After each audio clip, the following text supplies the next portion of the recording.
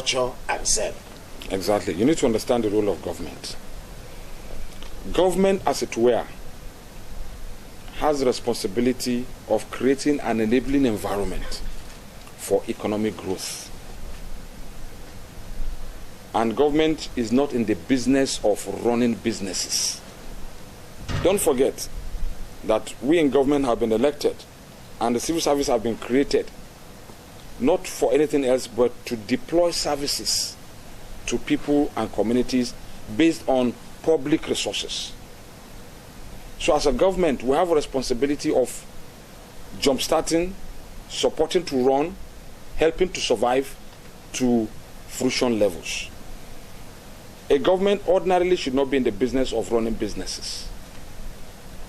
Where you see government involved, they are helping to jumpstart. And when you help to jumpstart, you get them to that level, you allow those who know how to do that business to run. Look at a typical example of Nigeria. Look at business that government has been involved. How many of them have been successful? Like Nigeria Airways. Apart from Nigerian Airways, look at the Jebba paper mills, look at the Bajista Sugar, Company, and a plethora of the others. How many companies that government has been involved has survived? The reason why it didn't survive was because, you see, people have to go back to the history of how government began to be involved in driving businesses. When we came out of colonialism, right, the economic power was low. So government had to support people by getting involved in doing what people ordinarily should be doing. So when government got them to that level, ordinarily government should have withdrawn and allowed the private sector to drive it. It's the private sector that drives it.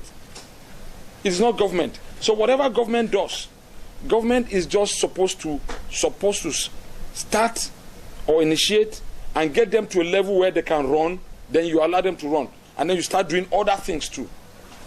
Because if we get involved, for instance, in running an aviation industry business, you see, it's going to form a kind of diversion for government.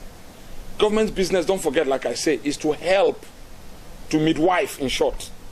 So when we say we are starting an aviation college, we have seen the opportunity in the aviation industry, and we have access funds from the capital market to set up an international aviation college, which will not only be a training ground for pilots globally, but has its own ripple effect economic growth for Kwara State. You know, there's direct and indirect investment opportunities. Now, when we get them to the level when the school is up and running, our business is not to be involved in running aviation business. If you go anywhere in the world where aviation business is run, it is run by experts in the aviation industry. Government is not in that business.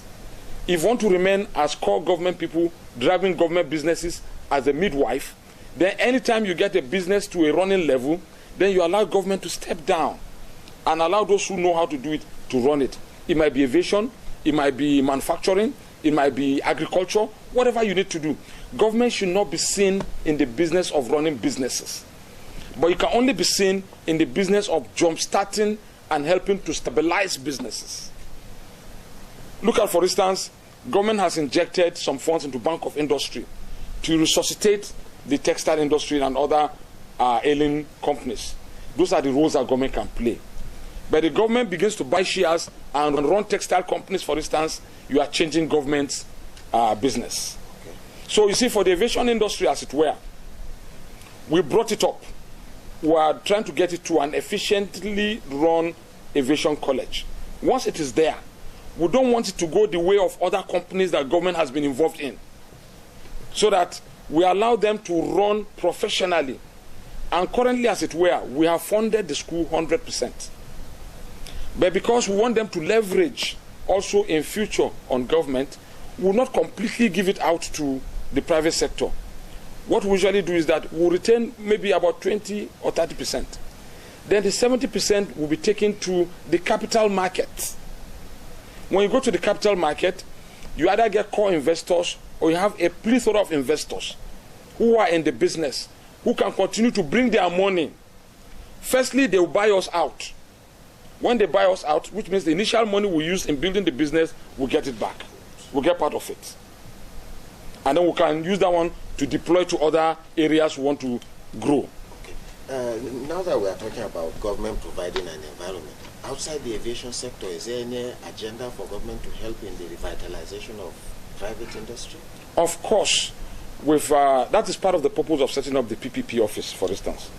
You see, the PPP office is to help current businesses to even shop for prospective investors. For instance, the PPP office will be having contacts with embassies.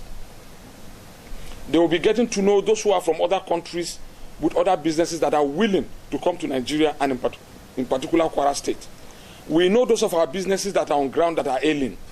We can see how we can bring them close and we can partner them together and they can become vibrant to be able to drive economic activities.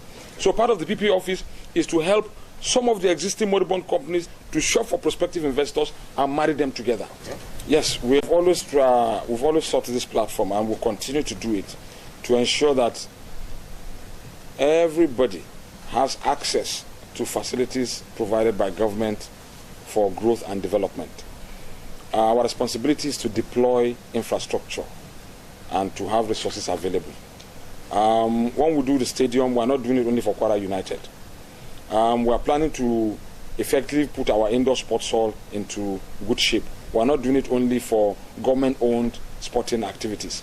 It is designed to support sporting generally. And we want to use that platform to continue to encourage individuals. You see, ideally, government should not be in the business of even running those businesses. What we should be seen doing is creating the platform and encouraging individuals, as you have in ABS football team, to come and participate in sporting activities. So as a government, our support is global and universal for everybody. And it is not going to leave anybody left. And it's not going to leave anybody outside the box. So we ensure that everybody has access to equal opportunities in our sporting activities.